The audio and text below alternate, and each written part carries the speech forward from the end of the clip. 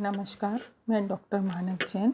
आज हम बीए पाठ प्रथम के प्रथम प्रश्न पत्र का अध्ययन कर रहे हैं और प्रथम प्रश्न पत्र में आज हम देखेंगे कि भारत की राजनीतिक एकता की प्रक्रिया क्या थी मौर्य समाज और चंद्रगुप्त मौर्य के विशेष संदर्भ में। मौर्य साम्राज्य की स्थापना भारतीय इतिहास की एक युगांतरकारी घटना थी।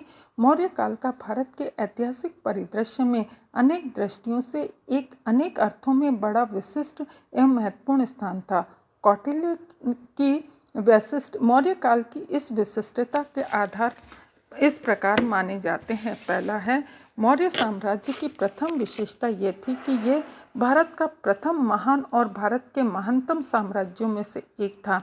चंद्रगुप्त के समय में पहली बार भारत में सही अर्थों में राजनीतिक एकता स्थापित हुई। राजनीतिक एकीकरण का जो कार्य हर्यक वंशीय नरेशों ने प्रारंभ किया था, उसे मौर्य साम्राज्य के शासकों ने पूर्ण किया। मौर्य काल की दूसरी विशेषता बड़े पैमाने पर प्रशासनिक केंद्रीकरण का प्रयोग था।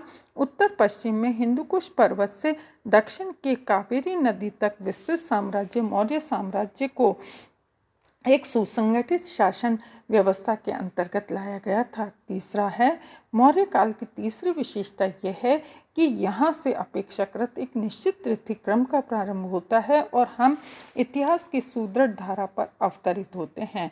चौथी विशेषता है, मौर्यकालीन इतिहास उससे संबंधित विपुल विविध एवं प्रामाणिक ऐतिहासिक स्रोतों की उपलब्धता इसी काल से होती है। मौर्य इतिहास के प्रमुख स्रोत क्या क्या हैं? मौर्यकालीन इतिहास के समकालीन एवं परवर्ती स्रोतों को 6 खंडों में हमारे विद्वानों ने बांटा है। विद्यार्थियों, इसका विवरण इस प्रकार से है: अभिलेखीय प्रमाण, साहित्य ग्रंथ, विदेशी स्रोत, पुरातात्विक उत्खनन और कलात्मक अवशेष और मुद्राएं। अभिलेखीय प्रमाणों में मौर्य इतिहास के अत्यंत प्रामाणिक और विश्वसनीय स्रोत हैं। इनमें अशोक के अभिलेख सर्वप्रमुख और सर्वोपरि है। अशोक के अभिलेख भारत की प्राचीन सर्वाधिक सुरक्षित तिथियुक्त आलेख है। ये शिलाओं, स्तंभों, गुहाओं पर उत्कीर्ण है। अभिलेखों की प्रयुक्त भाषा पाली है।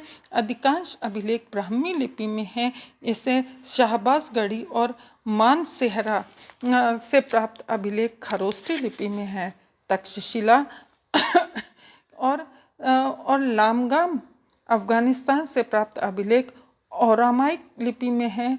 कांधार से प्राप्त शिलालेख 2 भाषाओं में है, यूनानी भाषा में और उसका रूपांतरण अरेमाइक भाषा में किया गया है। अशोक के प्रमुख स्तंभ इस प्रकार है जिसमें शाहबाजगढ़ी, मानसेरा, गिरनार, सपोरा, कालासी, धोली, जोगढ़ और एरागुंडी अभिलेख प्रमुख हैं। लघु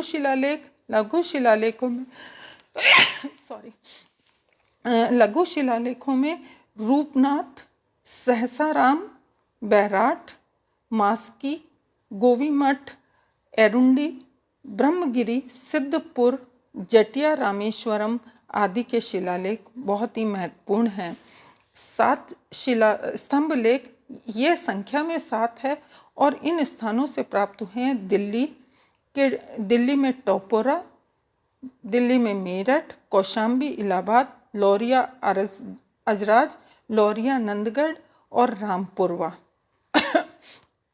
दिल्ली टोपोरा स्तंभ लेख में ही अशोक के 7 स्तंभ लेख मिलते हैं। से सभी स्तंभों पर 6 अभिलेख उत्कीर्ण हैं।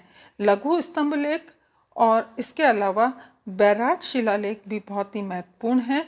बैराट शिलालेख, ये बैराट जयपुर की पहाड़ियों की चोटी से प्राप्त हुआ है।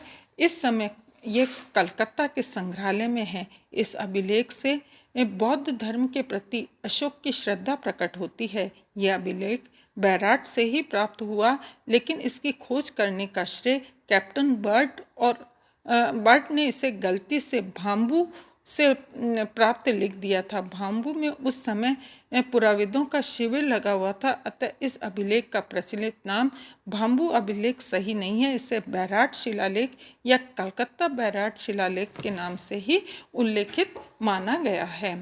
पृथक कलिंग शिलालेख। नवविजित कलिंग प्रदेश में अशोक ने धोली तथा जौगढ़ दो पृथक शिलालेख प्रतिष्ठित किए। ये दोनों शिलालेख 14 वृहद शिलालेखों की श्रृंखला में अनुपूरक है। बिहार गुहालेख। बिहार में गया के पास बारबर की पहाड़ी में अशोक के 3 गुफा लेख मिले हैं। इन गुफाओं में अशोक का आजीविक संप्रदाय के भक्षों को दान किए जाने की सूचना भी है। दूसरा है साहित्यिक ग्रंथ। बौद्ध ग्रंथ में दीपवंश, महावंश, दिव्यादान, मिलिंद पन्हों, महाबोधि वंश, महावंश की टीका, आर्य मंजूश्री, मूल कल्प आदि से मौर्य काल के बारे में पर्याप्त जानकारी मिलती है। जैन ग्रंथों में भद्रबाहु का कल्प सूत्र तथा हेमचंद्र सूर्य द्वारा रचित परिशिष्ट प्रवर्तन का एक महत्वपूर्ण साक्ष्य है। ब्राह्मण ग्रंथों में पुराण विशेष रूप से उल्लेखनीय हैं। अन्य साहित्यिक स्रोतों में विशाखा दत्त द्वारा रचित मुद्रा राक्षस, कन्नड़ की राजतरंगिणी, सोमदेव का कथा सरित सागर और शेमचंद्र की वृहद कथा मंजरी का उल्लेख मिलता है।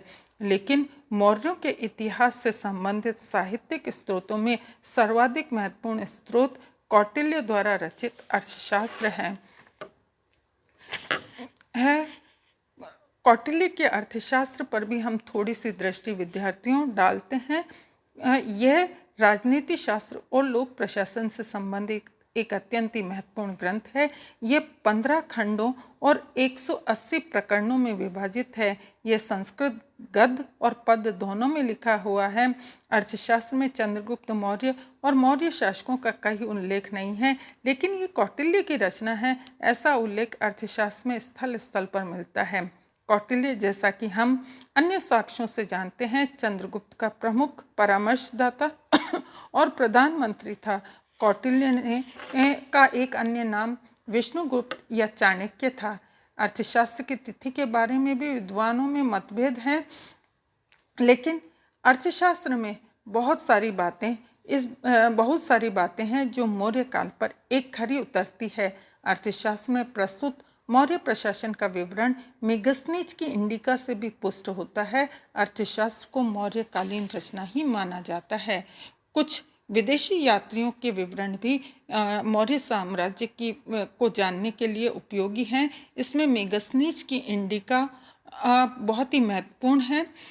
बहुत से परवर्ती यूनानी रोमन लेखकों ने सिकंदर के इतिहासकारों, मेगस्थनीज की इंडिका व अन्य स्रोतों के आधार पर मौर्य युगीन भारत का विवरण मिलता है। इन लेखकों में महत्वपूर्ण हैं डायोडोरस, स्ट्रैबो, कार्टियस, प्लिनी, प्यूटार्क, एरियन, जस्टिन, टालमी आदि। मेगस्थनीज की इंडिका अपने मूल रूप में प्राप्त नहीं है। परवर्ती यूनानी लेखकों द्वारा दिए गए उदाहरणों से उसके विवरण की जानकारी मिलती है। मेगस्थनीज ने मौर्यकालीन भारत के बहुत से पक्षों के बारे में प्रचुर जानकारी दी है और एक समकालिक व्यक्ति का विवरण होने के कारण इसे प्रामाणिक और विश्वसनीय माना जाता है। पुरातात्विक उत्खनन। विगत 50 वर्षों में अनेक मौर्यकालीन स्थलों के पुरातात्विक उत्खनन हुए। पटना के निकट कुमारहार, बुलंदी बाग के उत्खननों से मौर्यकालीन भव्य प्रासाद के अवशेष मिले हैं। राजगृह, कौशाम्बी, पाटलिपुत्र, हस्तिनापुर, तक्षशिला आदि स्थानों में हुए उत्खनन से भी समकालीन भौतिक जीवन की जानकारी हमें प्राप्त होती है।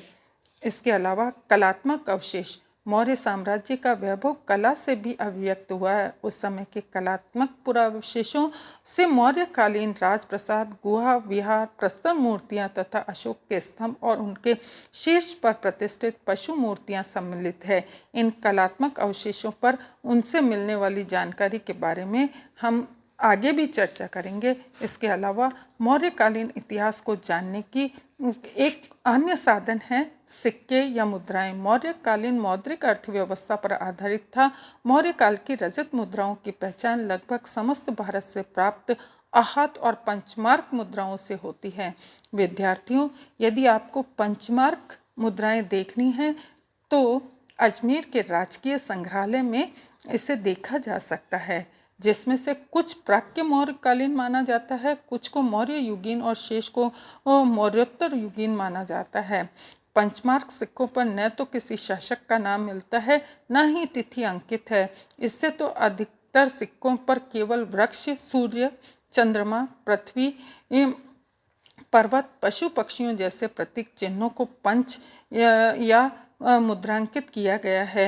इन सिक्कों पर कोई लेख न होने के कारण उनका तिथि निर्धारण अनुमान लगाना कठिन है, पर इससे प्रतीक चिन्हों की महत्ता पर ही निर्भर होते हैं। ऐसे सिक्कों में मेरु, चंद्र, म्यूर चिन्ह आहूत है। प्राय मौर्यों द्वारा प्रचलित माने जाने वाले यह सिक्के महत्वपूर्ण हैं। ये उल्लेखनीय है कि अधिकतर मौर्यकालीन स्तरों से उत्खनन के दौरान NBP, मध्य भांड व पंचमार्क सिक्के साथ साथ मिले हैं। इति नमस्कार।